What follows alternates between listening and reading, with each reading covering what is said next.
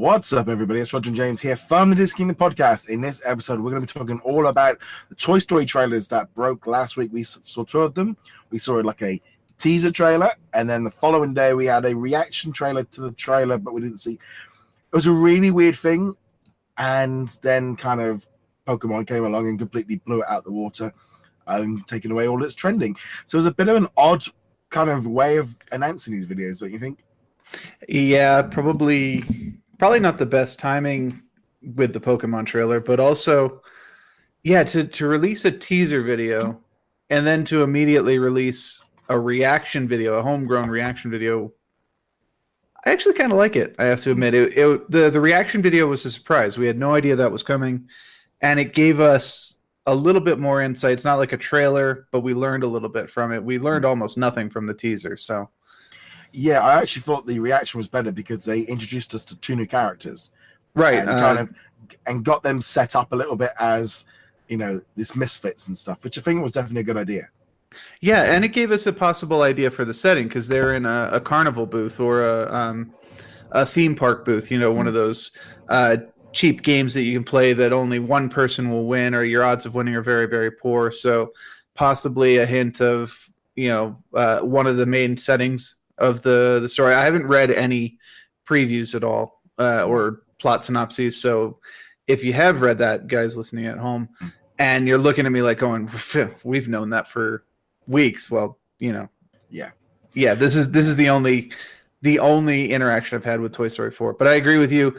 The reaction to the teaser was more entertaining than the teaser itself. Yeah, because that teaser was just them like going around in a circle with them all like hugging, and suddenly Forky, this new character that's not a toy, screaming and everyone just breaking up. And it was a little bit like, really? That was all we're getting? It was very much along the lines of, we're putting out a teaser, but this is so far in advance because it's not coming out till next summer that they just want to put it out there, get something out there for the sake of it. But it's so far off because it's still, 9 months away from it being released? 7-8 months? At least. Yeah, it's going to be a while before we really see anything of it. And I do think that these teaser trailers allowed them just to kind of give us a teaser, but it was, you know, nothing really of a preview of the movie at all. Right. Yeah, the teaser, other than Forky, told us nothing, except that there was a Toy Story 4 coming out. And that will be a surprise to a lot of people because, as we've talked about beforehand, most people don't keep track of the movie industry. They don't know what release schedules are coming up. They don't know what the next handful of movies are. So there being a Toy Story 4 is probably a big surprise to a lot of people. But it doesn't tell us anything other than that, and that several of our familiar characters, Slinky Dog and Mr. and Mrs. Potato Head and etc., will be in the movie. But these are things you probably could have figured out simply by realizing, hey, it's Toy Story 4. They're going to use the same cast. Yeah, I mean, I love the fact that the three new characters really stood out as being very different to me. You know, you had the two guys, like the duck and the rabbit, and then just taking the mick out of Toy Story and then them just coming on. I thought that worked really well, and it set them up instantly as being these lovable little rogue characters rather than like mainstream stuff. Yeah, and it gets away from like the wholesome vibe that the other Toy Stories have, 1, 2, 3. You know, at the end of the day, pretty much all the characters except for the villains are very, you know, heroic and moral and, you know, friendly and stuff. And while these guys are not villain characters and they're not evil, at least not based on the trailer, they are allowed to have that snark and that cynicism and that like we're going to make fun of Buzz Lightyear kind of feeling, which is nice. It's a different tone of the movie than what we had, and they were able to convey that very quickly with this little sketch. I will say this. I thought that they did a better job of making fun of themselves in this short little reaction trailer than in most of the Wreck-It Ralph stuff that we've seen, you know, with the princesses.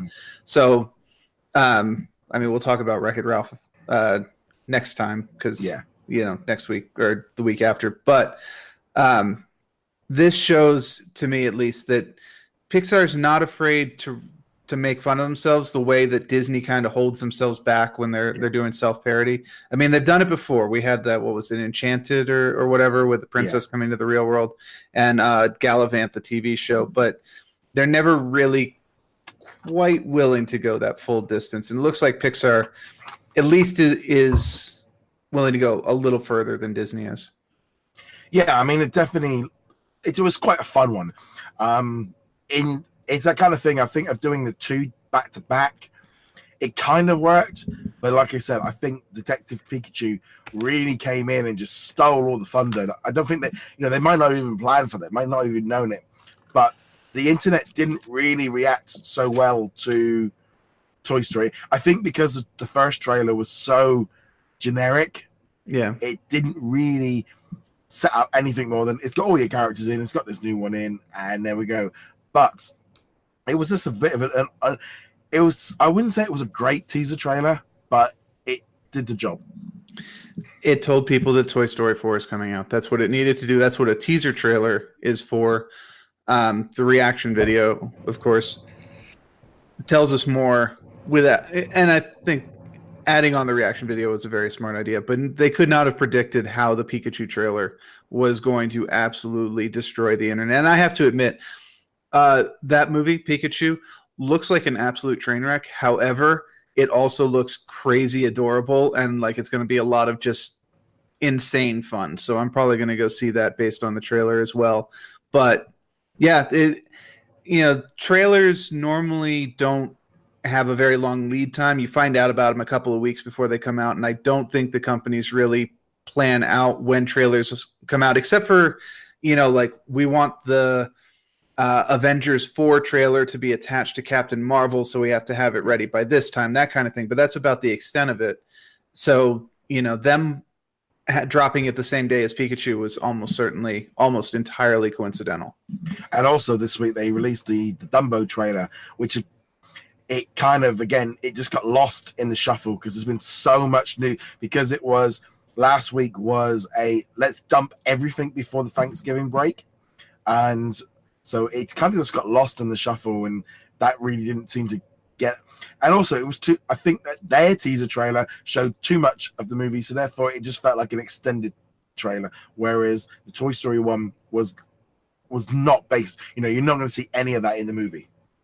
Right. Yeah. We'll see the Forky character, whatever he's going to be. I've got to admit, from the very, very short glimpse we got at Forky, I'm just like, I am not sure about this. We'll need the proper trailer with Forky to see what's going on with that. But at the moment, just kind of like, I'm not sure. And then I was thinking about this just a moment, kind of jumping tracks here for a second. Another reason I think Toy Story 4 kind of got buried by Pikachu and to a certain extent Dumbo was, I think for a lot of people, Toy Story ended with 3. Even if they knew or didn't know if Toy Story 4 was coming out and had been planned for a while, Toy Story 3 was a very definitive ending point for the series. And I think a lot of people mentally have just kind of gone, oh, okay. I mean, Toy Story 3 is where they check out. So Toy Story 4 has a very, very big uphill battle. Obviously, the pedigree is there. The Toy Story and Pixar combined is a huge draw. So people are going to go see it. But I will be curious to see how it does, because I think a lot of people consider Toy Story 3 to be kind of the ending point of that. Yeah. And I also think the other good thing as well is they've already set up these 3 new characters. So they've already got the merchandise train ready for that. When the merchandise starts hitting, people are already going to start knowing who these characters are. They've already set it up. 9 months away from release, they've already set that up. And so that was definitely a good thing. But we'll have to know what you guys think at home. Make sure you check us out over at DisKingdom.com. You can like, follow, and subscribe on all the different platforms. And James, where can they find you? Find me heroiclegacy.com.